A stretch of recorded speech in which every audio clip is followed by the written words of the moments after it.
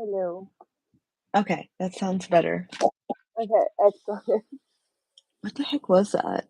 I have no idea. Okay, I'm like scared it's gonna start like echoing again. Oh, we had one person on the live and then they're gone. I know. So It's okay. sad. I'm gonna hold on.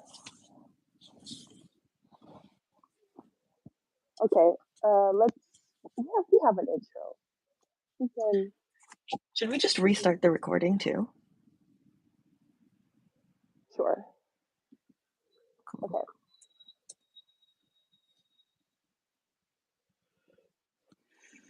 Okay. Take three. Okay, welcome back to Inner Twenties. We had some technical difficulties on the live. But we're here. Yeah, we showed up. Mm-hmm. We So are two girls you're so right. We are two girls in our 20s. living in the 2020s. I'm Paulina, I'm Brienne. and we are your two internet best friends. And once a month, we do book club, and this is what this episode is about. So we read As Long as the Lemon Trees Grow. Do you have the author? Zolfa Kato. Yes. So my copy is currently lent out to Holly. By the way, if you haven't watched Holly's episode yet, I'm going to plug that because her episode with setting boundaries with school is actually phenomenal. But fun fact about the author, she was born in Calgary, Alberta, which is a little 4 hours away from where we are now. And I believe it says in her bio, but I'm pretty sure she was raised in between Canada and Dubai. And now she is completing her master's in drug science in Sweden. So an overall girl boss in her mind. Switzerland? Switzerland. I always mix those two up. Yeah. So we love a woman in STEM who is like us and wants to do everything possible. True. So you want to do like a super quick on the fly check in, and then we can head straight into talking about the book. Okay. Okay. So I just woke up. I didn't sleep last night. Oh, Um, so that's fine.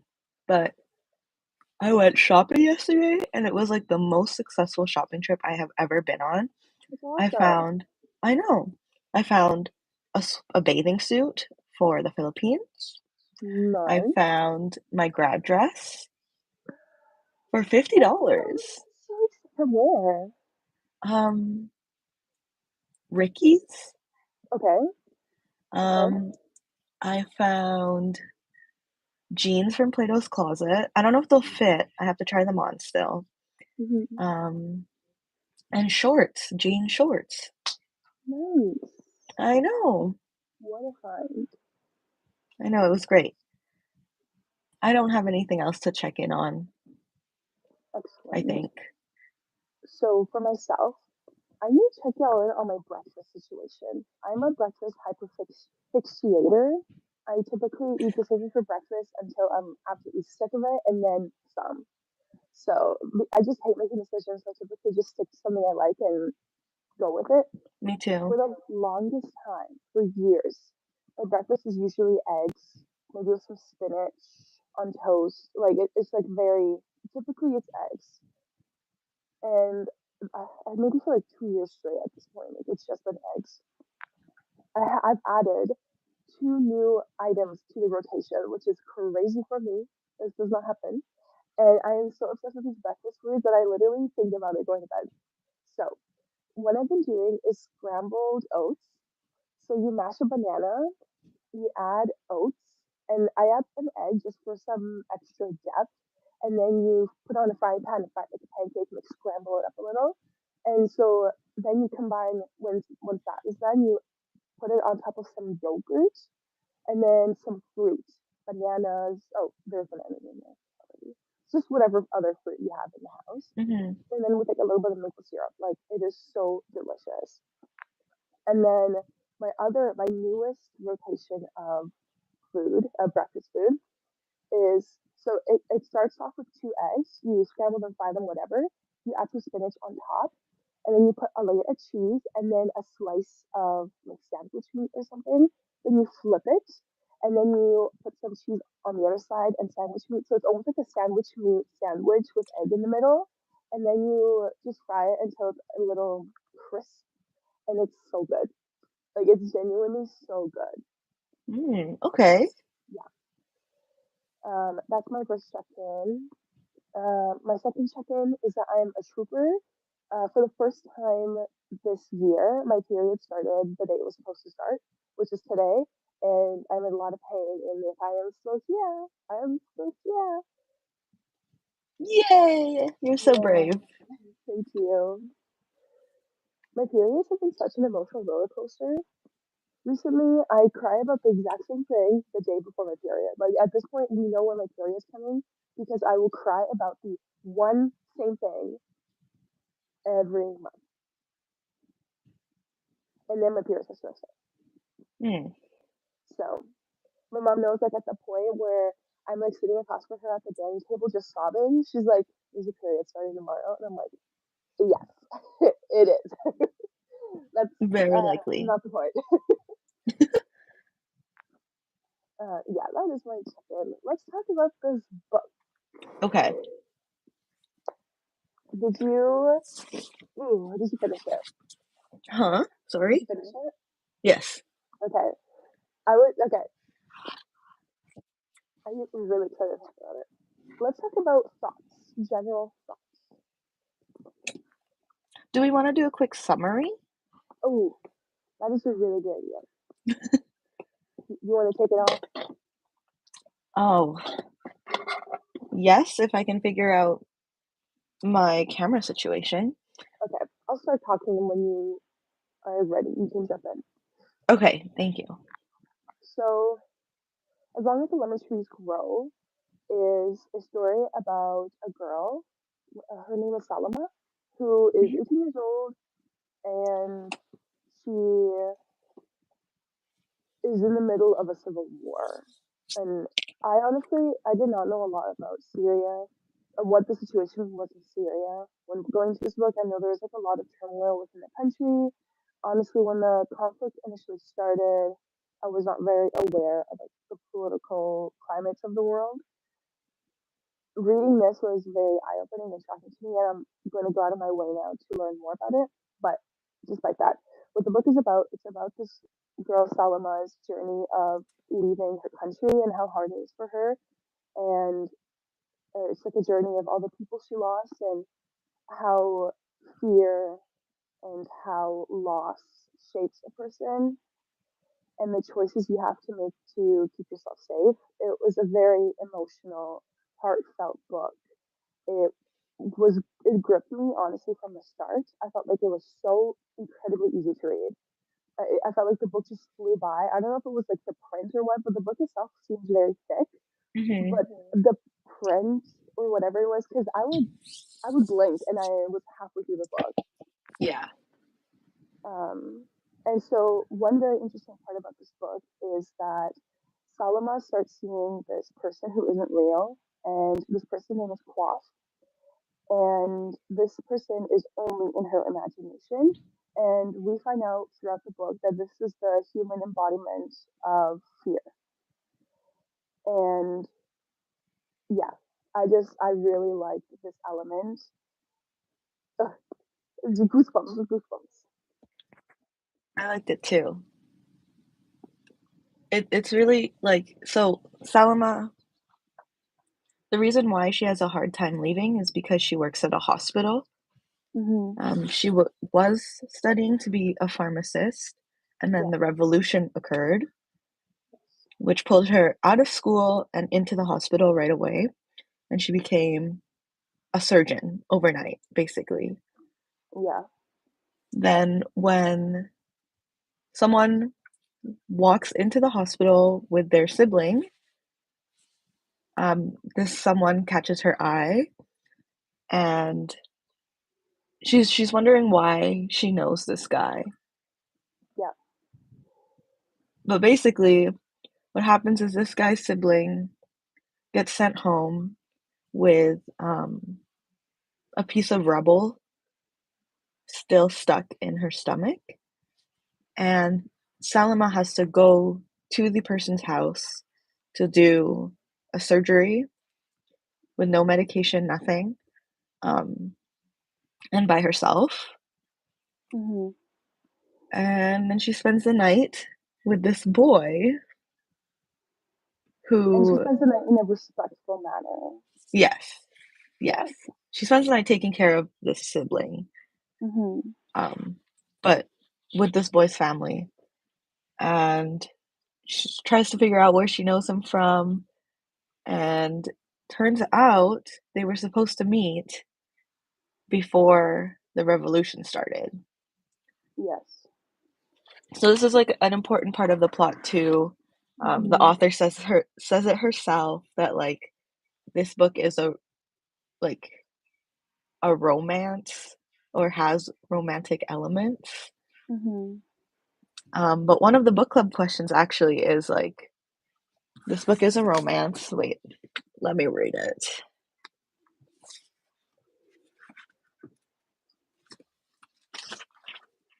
Okay. As long as the lemon trees grow is a love story at its core. Who do you think it's a love story to? Oh, yes. I do think it's a love story to Celia. Hmm. I think the love story is a subplot. Like the love story between Salama and, do you remember his name? Hamza. Hamza. Yeah. So yeah, at its core, I think it's a love story to Syria, but I think the subplot is the love story between Salama and Hamza, and how they chose the love they had for each other to escape. Because Hamza, the entire book, wasn't planning to leave Syria. And it was until he decided that he was in love with Salama and couldn't live without her, was that enough for him to run away from his country. And on that topic, actually, that topic of like the things we do for our loved ones, that is, I think, the entire theme of this book. Hmm. Because another extremely important aspect of this book that we haven't talked about yet is that Salama is living with her sister, Lydia. Is that her name, Lydia? Yeah. Yeah. So, and they're Lila. very Lila. Lila, right? So the entire beginning of the book, Quoth, who is again like the fear, the person fear that Salama is seeing only herself, is telling her, you need to get Lydia out of here. For context, so if you haven't read the book, Salama had lost her brother and her father very early in the revolution, and her brother was married to her sister-in-law, which is who we're talking about here, Lila. But And they had been friends since childhood. they had been friends since childhood. And as well, Salama's mom was killed a week into the revolution. So at that point, Salama moved in with Lydia, and it was just the two of them. And Quaff, oh, and then Salama made a promise to her brother that she was going to get Lydia out of here, Lydia and her mom out of here. And so she went Lila. to her mom, Lila.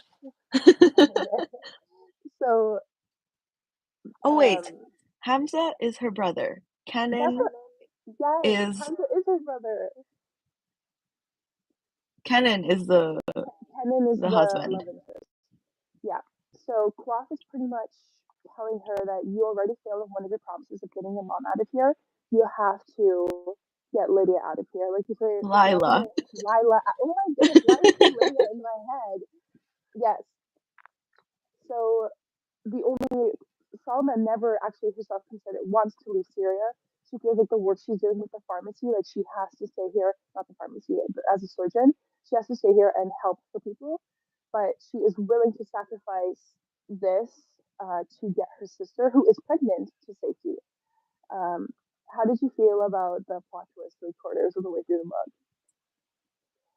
Oh my I gosh. could not believe it. Yeah, I was that's when I started texting in the Discord being like, "Oh my gosh, what did I just read?" I couldn't stop crying. Yeah. I couldn't stop crying when I read that. I started crying when when Kenan proposed to her, Hmm. and then I never stopped. Yeah. When, oh my gosh, I remember it was already past midnight when I was reading this book, and that happened, and I just couldn't stop crying. And then walked into my mom's room, and I'm like, "Mom." Yeah,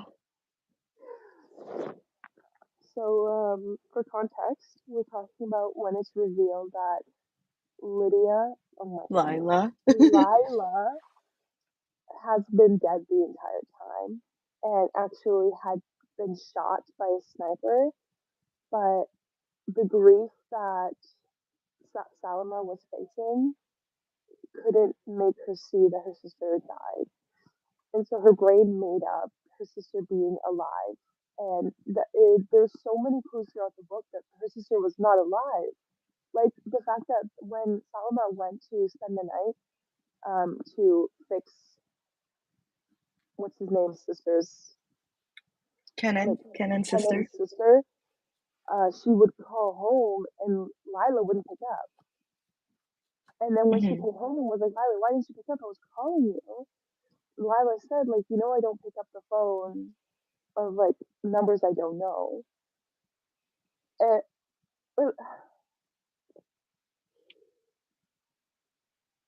And She it also never actually, ate.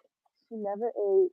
She never left the house. Even like when Lydia got, not Lydia, when Salma got married, Mhm. the day Salma got married, Lila didn't come to the wedding. And she said, like, it's just too dangerous for me. And then, like, shortly afterwards, like, literally that same day, it's revealed that Lila was actually dead the Mhm. entire time. Um, So I was a little confused. mhm. Um, did she did she die when she went to the supermarket? Like, you know the story that Salma was saying where she's like, "Yeah, my sister survived, like, and one other kid, a shooting at the supermarket, and she made it home." Hmm. Is that, She, like, the same day? yes. So when she made it home, she bled out on the doorsteps. Mm, okay. Yeah. And she was buried that same day. Mhm. So, wow. It's just like to think like the grief, the death this 18-year-old had seen Mhm. to the extent, like it just shows how powerful your brains are. Like her brain had created an entire human. Yeah. Like in no way did she never faltered. She always thought this person was real. Could you imagine like living your life in the situation that she was, and No. one day you realize that the person that like you've been living with has been dead this entire time, Mhm. and you Like, just she even bought a seat for her on the boat. yes. And this whole time, like, I was reading it, I was so scared for her to give birth Hmm. Yeah, because I she feel was like almost maybe there. a theory we can you should maybe explain the existence of Lila is Salma. Is it Salma or Salma? Salama. Salma. She had already seen Quaff, right? Quaff was like a part of her existence in Syria, and Quaff knew that in order to get her out of here, he needed to utilize Lila until there was another person that she cared for. Let's be real, if Lila didn't exist, had like if she was aware that Lila passed away, she wouldn't have left Syria. No. So maybe it was like I don't know if it's like Quaff created Lila. I don't think so. I I think it think was just I a second aspect of like the hallucination she was having, and it was like maybe it was even Lila as like an angel on Earth, and like her mission was to get her out of this country. Because at the mhm. end, like it's when find out that Lila wasn't real, like Lila kind of reveals that to Salma. Mhm. Salma. She tells her like, "I'm sorry." Like, yeah, Yeah. She does say that, like, she stayed until she found family. yeah, yeah. I just this 18-year-old. I should have brought tissues. Oh my gosh! Like, I'm gonna. I know. Part of me is like, did Lila just I feel like the purpose of Lila was for Salama to find happiness where she was, I agree. and the purpose of Quaff was to get her out of Syria. Yeah. Speaking of quaff, so I have some quotes I took pictures of that I wanted to share specifically about quaff. Go back. Let me-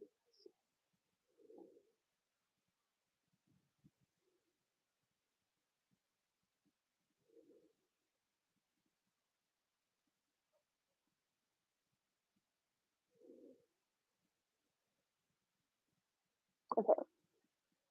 So in the book, it says this is a conversation between Quaff and Salma. Mhm. It says, he flicks the cigarette away and moves towards the window. Fear and dread run high in Syria. They're enhanced in you, which is why you see me. It's safe to presume you won't have these horrors in Germany, so why would I follow you there?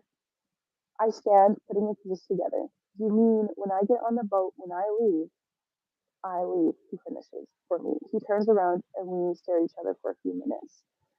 So I think at this moment in her life, she has lost so many people, and Quav has become a part of her family. Fear has Mhm. become a part of her family. And I think it's just another aspect that even she realized that when she leaves, like even fear is gonna leave her. Like she found comfort in a way from Quaff. Like Quaff would show her the um like the worst case scenario, and even this like embodiment of fear was going to leave her as everyone else has left her too. And I thought that was like a very like she took like as some she hated Claw, she hated that he was in her life, but even this moment when she learned that he was going to leave her was also like really sad for her. I thought that was very sad. So I agree. That was a quote that stuck out to me as well. I didn't, annotate my book at all hmm because I was so, like, just entranced by the book. Like, yeah. I was really into this book. hmm I don't. My version of annotating, I think, is different than like your version. I just quoted things I wanted to talk about in this episode and just in general. So, are you okay if we go into talk about some of the quotes I highlighted? Yeah, of course. Okay, so the very first quote, like literally on page 11, that stood out for me, and I actually put this on my Instagram story, my private one. Oops, my private Instagram story. No country in the world will love you as yours does. And this is when Salama and Lila, no, it's Layla. It's Layla. Why do we keep saying her name wrong? I knew it wasn't Lila. That didn't make sense. Lydia, it was not Lydia either, but I don't know. Whatever. So, yeah, I think this one speaks a lot to me too, because like, both of us are immigrants. Like, we weren't born here, and I think both of us feel a lot of sadness and grief sometimes that we are away from where we're from. And I think reading this book, like I was at a very peak of missing, like my roots, my country, as you'll say. So I kind of related to no country in the world will love you as yours does. Mhm. Can we just quickly, for the listeners, because we're getting these names wrong, I just wanna reiterate who's who. Good idea. Salma is the main character. We see things from her perspective. The love interest is Kenan. Kenan has 2 siblings whose names I don't remember. Do you Layla, remember? no. Layla is the pregnant sister, like sister-in-law to Salama. Hamza is Salama's brother who passes away. Same Hmm. with her father and her mother. Yes, and Hamza's parents have also passed away at this point. And Kenan. yes, and then oh yeah, yeah, and then a quaff is the imagination of fear, as you see. Yeah. Okay. Next quote. So this is a conversation between Quaff and Salama, and Quaff says, he talks about an Arab proverb. The worst of outcomes is what is most hilarious.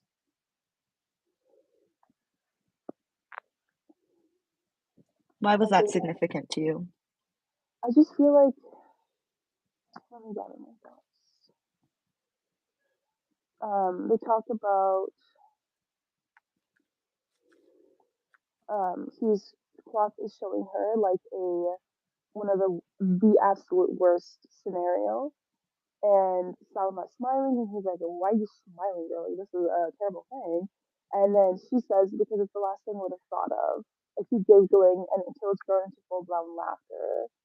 Um, I don't remember what situation they're talking about, but yeah, I can't really explain why it stood out to me. I just thought that was like the worst outcome is what is most hilarious, and I think there's like a lot of parallels between grief, like being so far into grief that you like it starts to get funny. You know what I mean? Am I Like just sounding crazy? Like that's the thing. You like know, when like things delirium. just keep going wrong to some extent that at one point it's just like, am I in a sitcom? Like this is like, where's the camera? Yeah. Yeah,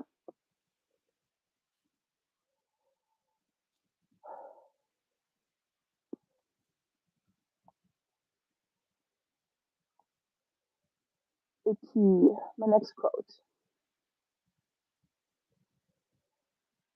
Okay, so when Salama and Kenan are getting married, they ask the head surgeon at the hospital to marry them, and he says, Salma tells him, our next moments aren't promised, and you've always been like a father to me. I think it's so, like, that I entire cried. sentence is so interesting because she says, always been like a father to me. But this revolution, and she only became a surgeon in this last year. So he hasn't actually always been like a father to her. She's only ever known of him in this last year. And I think it just really shows how war has stretched her life so much and has made it feel like an eternity. And there's so much desperation and there's so much like need to find love and support in situations like this that like he had made it her feel like he has been her father always. You Yeah. know what I was thinking about? So at one point of the book, Salama really, really wants to purchase seats on the boat, and she knows she doesn't have enough money if she wants to bring Layla. Um, so when who's the one who supplies the boats, when Am's daughter shows up to the hospital with a bullet hole in her neck, and Salama um, risks her life, Hmm. like the child's life, for seats on this boat, knowing now that Lila was not alive at the time and she could have afforded to go onto the boat without doing that, Hmm. makes me feel so like, I don't know. It's just a weird epiphany I had. Yeah. I And like the amount that she beat herself up over that moment, it's something she was not proud of, and she hated herself for having to do that. But I do understand why she did, Yeah. and that is like the really scary part. And Am obviously is like, you call yourself a doctor? Like, I mean, yeah, what she did was absolutely terrible, but what he is doing is not any better. No. No, so he is not in a position where he can judge. Yeah. Yeah, Yeah. So he profits off of refugees who are trying to escape Syria, yeah, by charging high prices to take them to the shore to escape via boat to um, Italy. yes, Italy, and then from Italy they get to Germany. Hmm. Yeah.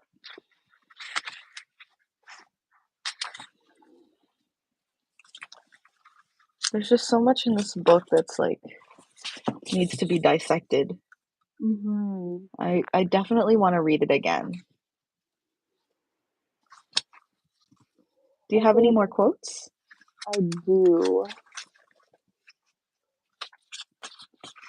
So at one point, Salama breaks down and tells Kenan what she did to secure a spot for her and Layla on the boat, and she was expecting him to like turn around and leave, but he looks at her and says, "We're human, Salama, pushed in a corner. We're forced to make decisions we wouldn't normally make. You were thinking of Layla when you did that. I'm not saying it was right, but you suffered enough for it. You saved her life and you saved many, many after her." I think that the very encompasses. I think Kevin is like totally right. I'm Hmm. obviously obviously she wouldn't do this. Like, she was pushed in the corner. She had no other situation, and at the end of the day, like, you'd always choose the people you love, right? Yeah. Okay, kind of on topic but off topic. You know what? Like, two words always make me like hits me in the chest. Silent sob. You know, that always gets me. I'm confused. Like the when they're like a silent sob escapes my chest. Like Oh, that, okay. right? Yeah. Uh, okay. This quote I think was like really powerful. Um, Fate has his strengths, but we're the ones who twist them together with our actions. That is like I think really Yeah. powerful quote.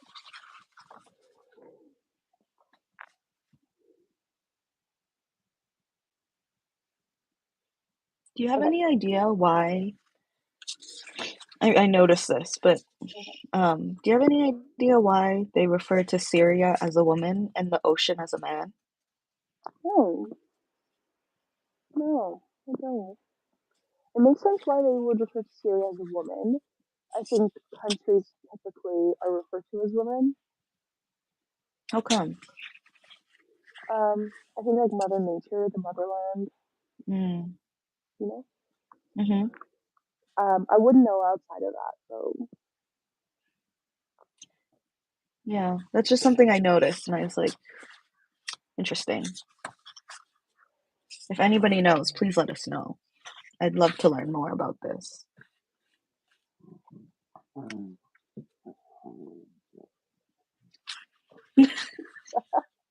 we have a guest. My dog has showed up. Did you read the Bookclub book? Do you have thoughts? Did No. Cookie read the book? She's slacking. I don't actually. I don't think she knows how to It's okay. She doesn't read. have Boys don't to. know either. Her and Alex can start a club. True. I think Kylo knows how to read. Of course, I knew he does. He's Yeah, such a distinguished gentleman. he is. Okay, one other quote that stood out to me is, "No one's ever said it to me during the." Oh, okay. So she's talking about like someone thanked her for like all the work she did, and she says, "No one's ever said it to me during the quiet moments. No one who knows the horrors I go through, the fight I put up every single day, has truly seen me and said these words." Kenan. And Kenan was the one who thanked yes, her. I feel like when awful things are happening, people don't thank anymore. Honestly, they don't have the capacity to thank. So like I'm not blaming them. I think people are just like so much is going on in their heads. There's so much adrenaline and fear. Exactly. But I think like this girl did so much for the people of Syria. So Hmm. much. And to feel like her realizing that she's never been thanked, I think this is like really stood out to me. But it goes to show that she's not doing this to be thanked. Exactly. She's like doing this selflessly for her country, for her people. Yeah. Okay. Any questions you want to talk about? I've exhausted my Oh my gosh. Yes. So I'm a girl who loves symbolism and I love reading and looking for motifs in the book. Something I asked you earlier is that there were a lot of references to flowers. hmm What do you think the flowers represented? So I always thought they represented how prominent people in her life smelled. Because there was like at one point she talked about how her mom smelled, and then she like uses the flowers to like just like what flowers do in like their healing properties to like calm herself down. Like she repeats those sentences, and then same with like the way lilac smells, and then with lemons, and then Hmm. we realize that like the lemons is how Kenan smells like. And lemons themselves are a symbol to Syria. It's do you have the quote that they share at the end that um, as long as there are lemons growing, there is like A child or something? a child who is like gonna come up to Syria or something like that. I'll look for it. So that is kind of the symbolism I got. I'm gonna be honest, I am not a symbolism queen like you are. So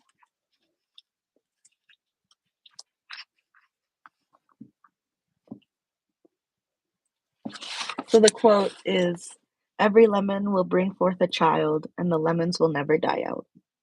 hmm so yeah, that is like the only symbolism I saw. Hmm. So But I thought that the flowers were used as a form of escapism for her. She mentioned very like early in the book that before the revolution, she would collect flowers and make her own like um, face creams and like oh, medicine and stuff like that. So I think it was a form of escapism, and her knowing and understanding like their medicinal properties reminds her of her childhood and a safer time and a place where she felt at peace. yeah. There was also a lot of reference to the color, more specifically azure blue, Mm-hmm. which also, again, I think is a little bit of escapism. She said that Layla wanted to paint the colors of all the oceans that she would see after traveling, and Salima wanted to write about them. So Mm-hmm. that's kind of a connection with the, like those two. It's like, is that color blue? It connects Mm-hmm. them.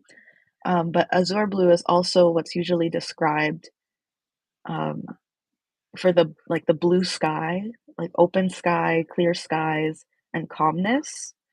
So this might be like small elements of hope that she keeps with herself. Mm-hmm. Yeah. One of the book club questions at the back of the book. Okay, so I noticed that these book club questions are a little bit straightforward for Mm-hmm. us. Mm-hmm. So it makes me think that this book is not meant for like adult book club, but rather someone in high school or younger. But that's Yeah. okay. We can all learn. Like, this book is a beautiful book that still needs to be read, no matter Yeah. what age you are. I think you learn a lot from it. It opens my eyes a lot. Like, I was telling, when I read this book, I was telling Alex that I love him like multiple times a day Hmm. because I was like the future isn't promised, you know? Yeah. And I can't like take advantage. Like, I should take advantage of the days that we have. So, Absolutely. we were talking about symbolism. So, question 14 is, what do you think lemons and lemon trees represent in the story? I think that represents Syria, like that Mhm. quote we just talked about, and it also represents her love for Kenan because when she ended up losing everyone who came into her life and he smelled of lemons. Mhm. Yeah. Um, yeah. And the lemon trees stood even when the revolution was occurring. That's something that was an important part of the book that was mentioned a few times. And they use Um, lemons as like to fight seasickness when they're mhm, leaving Syria as well. mhm. And the book starts with her at the grocery store, like looking at the sad little lemons. Hmm. But color was a really important part of this book too.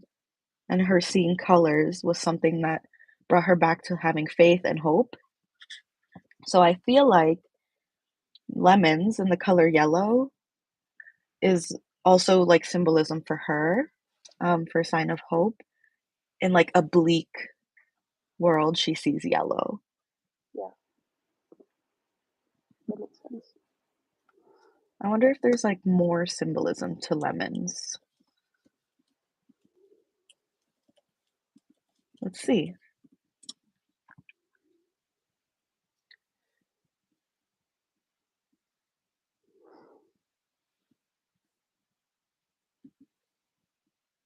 Yeah. It basically just says symbolizes hope and resistance. Hmm. Yeah. Do you have any critique for the book? Mm, I personally would have loved to know more about what happened when they got to Italy Hmm. and then eventually moved to Toronto. I would have Hmm. loved to learn about like what they were doing to help Syria even when they're not there anymore. Did you read the bonus chapter? I did. That was very Yeah. hidden. Like I almost didn't notice it. Yeah, it was behind like 10 Very, pages of yes, like you'd think the book was over and then there was like here's an extra page like yes. Not her becoming a U of T girly. I know, but I'm so Yeah. happy that they get their education. Hmm. I just think that like if there's something I could have taken away from this book, it could have been how awareness is spread for Syria and how they support their country from far away. Yeah. So for myself, I do have some critiques, and like I'm gonna say these how I can. I don't mean them in like a harsh way or like an ignorant way, but I still like very enjoyed this book. Like I would 100% recommend it. But to me, I felt like it wasn't written very well. I felt like for a topic like this and like the symbolism and the stuff she was like trying to portray, it was written on like a very like how do I say this? What's the phrase? Not the phrase, the words. I guess like I expected this book to kind of level to the Dictionary of Lost Words, like that very beautiful lyrical writing.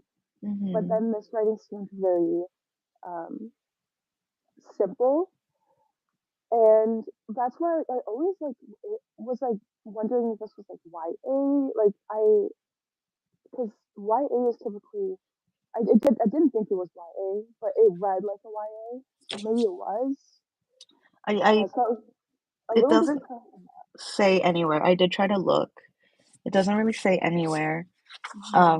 But I like based on the questions, the book club questions at the end, like the group guide questions, I do think this is intended for younger audiences. Okay. But Um, continue, sorry. my other, I'm just looking it up. Is this YA?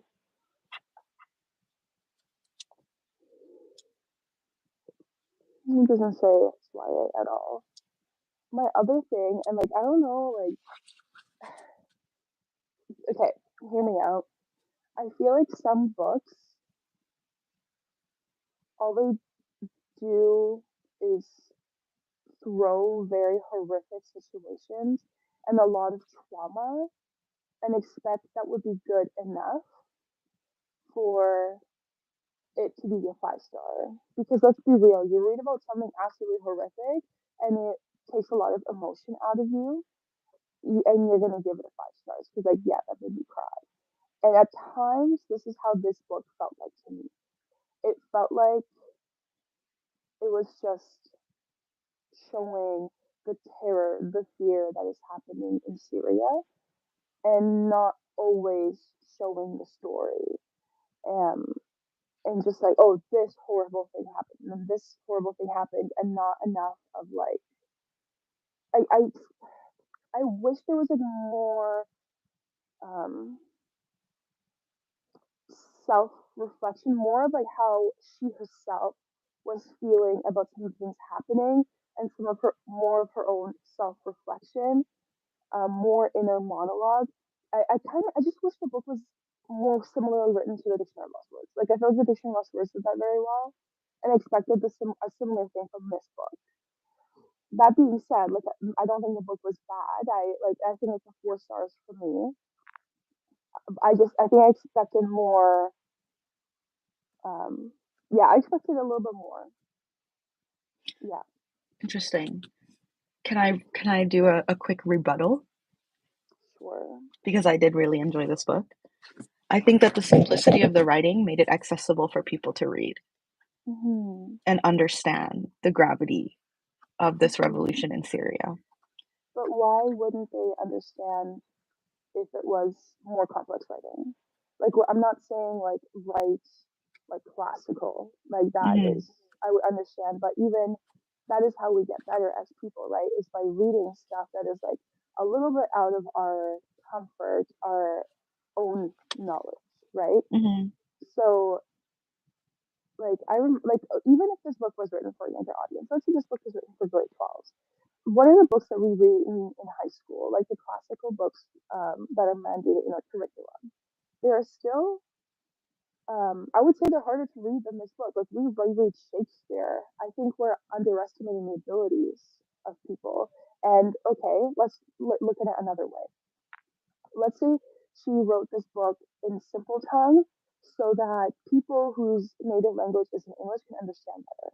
Well, my mom did that a lot. She would read other books so she could learn English, um, and she I feel like the more we need a range of books, right? Like yeah, there's like simple books like you can reach for YA, but when we start writing in a more complex form, you're setting a precedent, you're setting an expectation, and you're just gonna grow your um, like you're gonna grow your language.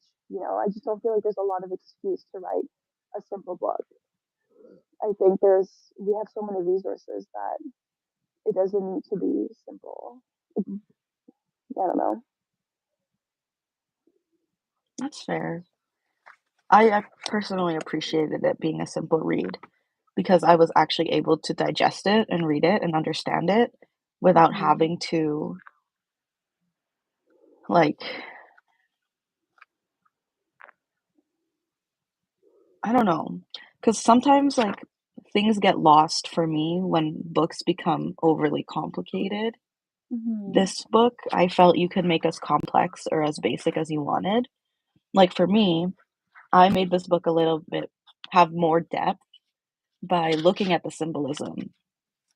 symbolism of like lemons, of color, of that flowers, of like other things.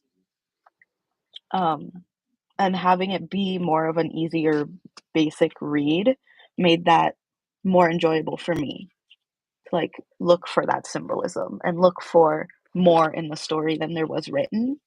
And I think Mhm. a lot of the times like a book like that is so refreshing to read because you can make it as easy or as difficult as you want it to be.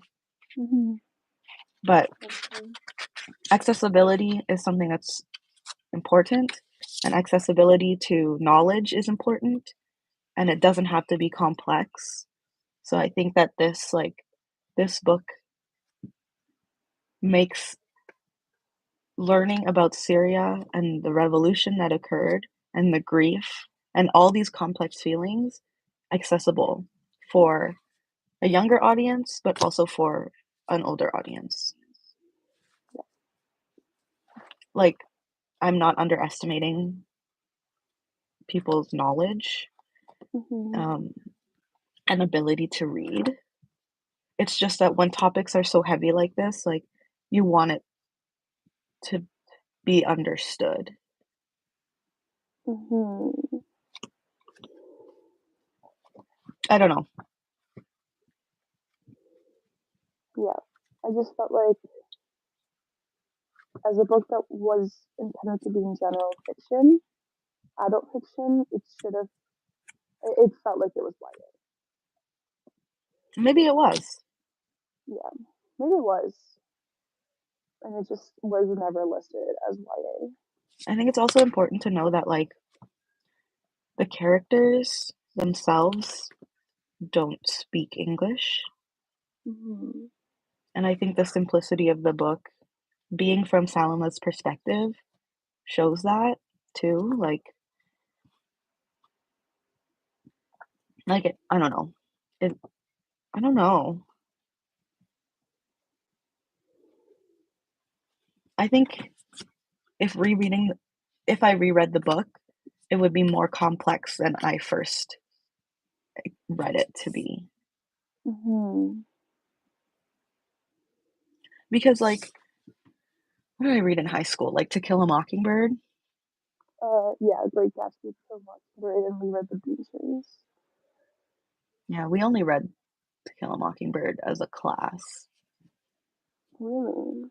You're Yeah. typically in Alberta. You're supposed to do one classic and one Shakespeare in high school. The classic we did as like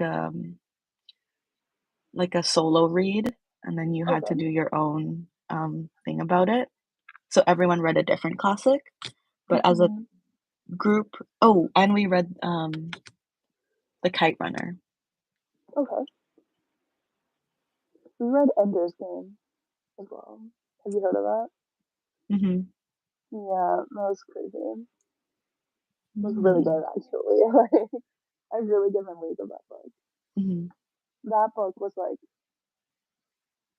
complicated, What but is like it it about? didn't. It's sci-fi. Like honestly, I can't tell exactly what it's about, but it's about a boy who apparently is like the best soldier. Okay. He's like I don't know, a soldier in like a galactic space war. The Warsaw Pact was involved. Like I truly don't remember very well. Yeah. So I think like this book does have really high ratings. Not a lot Mm-hmm. of people though have read it. Like it's high ratings but like low amount. Mm-hmm. I do think that is biased. A lot of people don't like the fact that there's not a lot of reviews is biased because people tend to stick to white authors about white topics, and this is none of the above. How did you Yeah, hear of this book? it is popular on BookTube amongst the creators that like to read more than just mainstream. Yeah, Okay. Yeah, and so I really appreciate that, which is why like I recommend BookTube for people that want who typically don't like the books recommended on Book Talk. BookTube does have really good gems like this one. They'll talk about more serious topics, diverse topics. This is also on this topic. This is the very first time I read a book where the main character was Muslim, and I think that is like honestly shocking how little books there are on the market about Hmm. Muslim main characters. I truly think I have like only two other books on the shelf where the main characters are Muslim, More and specifically, that is like Muslim women. this is a guess, like a Hmm. literal. I think I have two books with I Muslim. know I don't. I know this is the only book I have. Yeah, Where did The Kite Runner take place? I've never even heard of that book. Really? Yeah, Oh.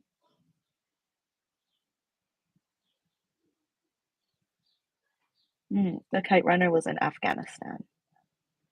oh, Faria was telling me about this book. Of course, I should know what this book is. This Sorry, Faria. book So, is hard to what would read. you rate the book? Um, I think the fact that you can learn so much about Syria and then take stuff away and bring it to your own life was something that Mm-hmm. was really impactful for me. Um, I also, disclaimer, I have only been reading YA books for the last like month because thinking is very difficult for me right now. So I was like, I just need YA. So I think if I read this in high school, it would be long lasting for me. I'm gonna give it maybe like a 4. I also gave it a 4. All right. Do you think this is a good spot to wrap it up? Sure. Okay. So thank you guys for joining us for this month's book of the month uh, book, book club book. For May, we are reading Emily Henry's new release, Funny Story. I'm so excited for us to dig into this one. Join Have us you every started? time. No. Right, I'm actually, okay, I'm reading Pride and Prejudice right now. Okay. And it is, I will be honest, that is hard to read. I'm rereading pages because I'm like, what is going on? Why is she talking to this man? And suddenly we're talking about a completely different character in like one sentence. Like Hmm. someone make it make sense to me. But it's really good. I understand the hype. I understand why it's a classic. Um, so after I read Pride and Prejudice, I'm gonna read the book of it. I Okay. have seen like a like such a spectrum of like people's opinion on this book. I have seen none. Yeah, I have seen people that were like, this was like an instant 5 stars for me. This was amazing. And then there's people who are really disappointed. Interesting. I think it's hard hard for Emily Henry because all of her books are being so overhyped that like you kind of go into it and you're probably going to be disappointed, you know? Yes. Well, I'm a little worried because someone who said that who ranked her favorite Emily Henry's ranked the one about books. I remember the book one that you didn't like, Oh, book lovers? Book Lovers as her top and Beach Read as her last. Beach And Read is then said Funny Story was like a 5 stars for her, and like that made me really concerned. but maybe that's just her opinion. No, that like it's a concern for like my enjoyment of this book because I didn't the Book Lovers was my least favorite Emily Henry I've read. I haven't read Beast Read yet because I Well, know I'm gonna love it. I haven't read People We Meet on Vacation. Yeah, I love that one. I'm saving Beach Read for Comox. Yeah, Okay. so for context, the girlies are going on a little trip in May, and I'm saving Beach Read to read on that trip. I'm like so excited. It's gonna be lovely. Yeah, I am excited to read this book. You haven't read Happy Place yet. No. I'm gonna be honest. It, I don't think you're gonna love it. Second chance romances, I don't like, and that's a second chance romance. Okay, Yeah. I noted. don't know if you like second chance romances, but I don't know, I've never read one, so we'll see. yeah, yeah. I just like it wasn't a 5 stars for me. Holly loved it though. Okay. Yeah. All right. So thank you guys so much for joining us, and we'll see you. Oh, before you go, please give us a review and share this podcast with your friends. And we'll see you guys next week. Bye. Bye. Oh, I totally forgot to like do any. Brianne, I wasn't recording for like half of that. We should. Okay. We should be able to figure out how to take off the audio from here How did you do and it just last do. time? Uh, what do you mean? Oh, last time was when we cut off. I should be able to just take the audio from this. You should be. I think if you just download it. Yeah. Yeah. I have half, so we can have like half of like really good audio, and then half of like Just keep it not consistent audio. and do the whole. Does it like on your side? Like, does it sound good, or does it sound like Yeah, we're on a? Because I think it's like my AirPods. it's my AirPods too. Yeah. It sounds like we're on a call, but it sounds okay. Okay. Cool. I'm gonna end it right now. Okay.